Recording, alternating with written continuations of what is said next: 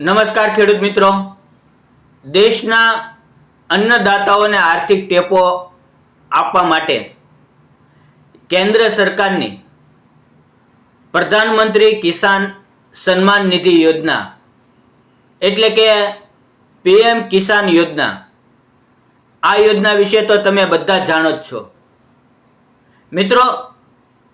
આ યોજના હેઠળ દર વર્ષે ખેડૂતોને 6000ની સહાય એટલે કે 2000 રૂપિયાના 3 સરખા હપ્તા સીધી બેંક ખાતામાં મળે છે। પણ ગ્રામીણ વિસ્તારમાં ખેડૂતોને વારંવાર એક મોટી મૂંઝવણ થાય છે કે જો એક જ ઘરમાં એકથી વધુ સભ્યોની ખેતી કરતા હોય તો શું બધાને આ પૈસા મળશે કે પછી પરિવારમાંથી કોઈ એકને જ આ લાભ મળી શકે? જો તમારા મનમાં પણ આ સવાલ છે તો આ વિડિયો ખાસ તમારા માટે છે। આજે આપણે આ નિયમોને એકદમ સરળ ભાષામાં સમજશું। સરકારની માર્ગદર્શિકા મુજબ પીએમ કિસાન યોજનાનો લાભ આપવા માટે આખા પરિવારને એક યુનિટ એટલે કે અલગ એકમ ગણવામાં આવે છે। અહીંયા મિત્રો પરિવાર એટલે કોણ? સરકારની બહુ સ્પષ્ટ વ્યાખ્યા છે। પતિ, પત્ની અને તેમના સગીર એટલે કે 18 વર્ષથી ઓછી ઉંમરના બાળકો આ પરિવાર ગણાય છે। હવે નિયમ પ્રમાણે આ વ્યાખ્યામાં આવતા એક પરિવારમાંથી માત્ર એક જ વ્યક્તિ આ વાર્ષિક સહાય મેળવી શકે છે। જો કોઈ ઘરમાં પતિ અને પત્ની બંને અલગ અલગ ફોર્મ ભરી દેશે તો એ સરકારના નિયમ વિરુદ્ધ ગણાશે અને બંનેમાંથી એક પણ અરજી માન્ય રાખવામાં આવશે નહીં।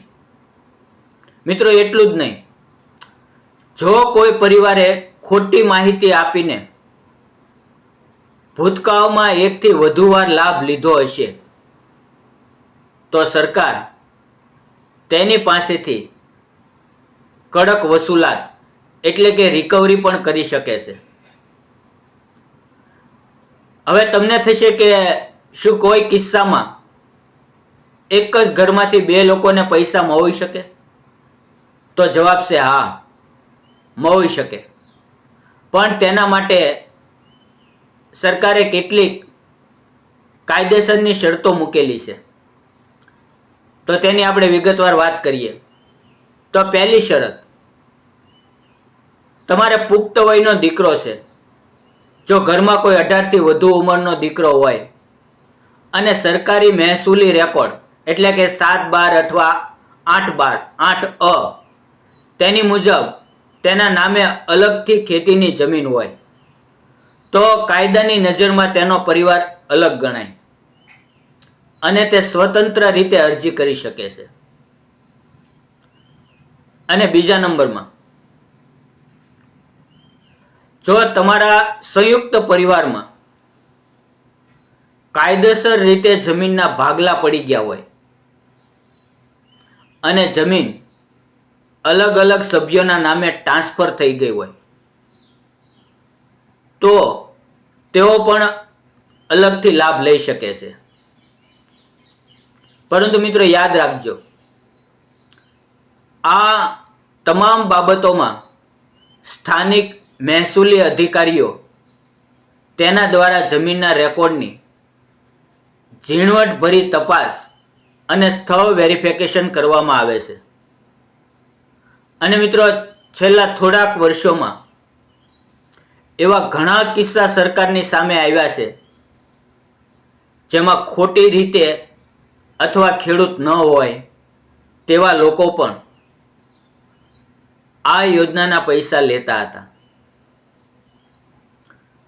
હવે આવી આર્થિક ગેરરીતિઓ અટકાવવા અને માત્ર સાચા જરૂરિયાતમંદ ખેડૂતો સુધી જ નાણાં પહોંચાડવા સરકારે દરેક નિયમો બહુ કડક કર્યા છે. હવે પીએમ કિસાન પોર્ટલ પર આ 3 વસ્તુઓ સંપૂર્ણપણે ફરજિયાત કરી દેવામાં આવી છે. એક, ઈ-કેવાયસી કરાવવું, અને બીજું, બેંક ખાતા સાથે આધાર કાર્ડ લિંક કરવું, અને ત્રીજું, જમીનના ડિજિટલ રેકોર્ડનું વેરિફિકેશન એટલે કે લેન્ડ સીડિંગ પાક્કા પાયે કરવું. ખેડૂત મિત્રો, એ પણ જાણી લો કે જમીન હોવા છતાં કયા કયા લોકોને આ યોજનાનો લાભ મળતો નથી. મિત્રો, એવા ઘણા બધા લોકો છે જેને આ યોજનાનો લાભ મળવા પાત્ર નથી. તેની અંદર જો તમે ઇન્કમ ટેક્સ એટલે કે આવકવેરો ભરો છો તો તમને આ યોજનાનો લાભ મળતો નથી. અને બીજું, ગવર્મેન્ટ કે કેન્દ્ર કે રાજ્ય સરકારના સક્રિય અથવા નિવૃત્ત કર્મચારીઓ અને જેને પેન્શન ધારકો છે તેમને આ યોજનાનો લાભ મળતો નથી. અને બંધારણીય પદ પર રહેલા વ્યક્તિઓ જેમ કે સાંસદો, ધારાસભ્યો, મંત્રીઓ કે મેયર, તેને લાભ મળતો નથી. અને સમાજના ઉચ્ચ વ્યવસાયો જેવા કે ડોક્ટર્સ, એન્જિનિયર, સીએ અને વકીલો, આવા કાર્ય સાથે સંકળાયેલા જો કોઈ આવી સ્થિતિમાં હોવા છતાં ખોટી માહિતી આપીને ફોર્મ ભરશે તો તેમની સામે કાનૂની કાર્યવાહી પણ થઈ શકે છે. હવે મિત્રો, આની અંદર અરજી કઈ રીતે કરવી તો તે પણ સાવ સહેલું છે. તમે ઓનલાઈન અને ઓફલાઈન બંને રીતે ફોર્મ ભરી શકો છો. હવે મિત્રો, ઓનલાઈન પદ્ધતિની વાત કરીએ તો પીએમ કિસાનની સત્તાવાર વેબસાઇટ પર જઈને ન્યૂ ફાર્મર રજિસ્ટ્રેશન તેના પર ક્લિક કરો. ત્યાં તમારો આધાર નંબર નાખીને તમારું રાજ્ય પસંદ કરો, જેમ કે ગુજરાત, અને ત્યારબાદ ફોર્મમાં તમારું નામ, બેંક એકાઉન્ટ અને જમીનના સર્વે નંબરની સાચી માહિતી ભરીને દરેક દસ્તાવેજો અપલોડ કરો. હવે વેરિફિકેશન સફળ થાય બાદ નવા લિસ્ટમાં તમારું નામ આવી જશે. અને મિત્રો, જો તમે ઓફલાઈન પદ્ધતિથી ફોર્મ ભરવા માંગો છો અને તમને ઓનલાઈન ફોર્મ ભરવામાં તકલીફ પડતી હોય તો તમારી ગામની નજીક આવેલા CSC સેન્ટર એટલે કે કોમન સર્વિસ સેન્ટર અથવા તો ગ્રામ પંચાયત કચેરીનો સંપર્ક કરો. આ સિવાય તાલુકા મથકે આવેલી ખેતીવાડી શાખાની ઓફિસે કે વિસ્તરણ કચેરીમાં આધાર કાર્ડ, બેંકની પાસબુક અને જમીનના કાગળો આપીને કોમ્પ્યુટર ઓપરેટર પાસે તમે ફોર્મ ભરાવી શકો છો. તો મિત્રો, પીએમ કિસાન યોજનાના નિયમો હવે તમને એકદમ સ્પષ્ટ થઈ ગયા છે. જો મિત્રો કોઈ પણ પ્રકારની મૂંઝવણ કે ફરિયાદ હોય તો માત્ર પીએમ કિસાનના અધિકૃત પોર્ટલ અથવા સ્થાનિક કૃષિ અધિકારીની જ સલાહ લેવી એ સૌની માટે હિતવાહક છે.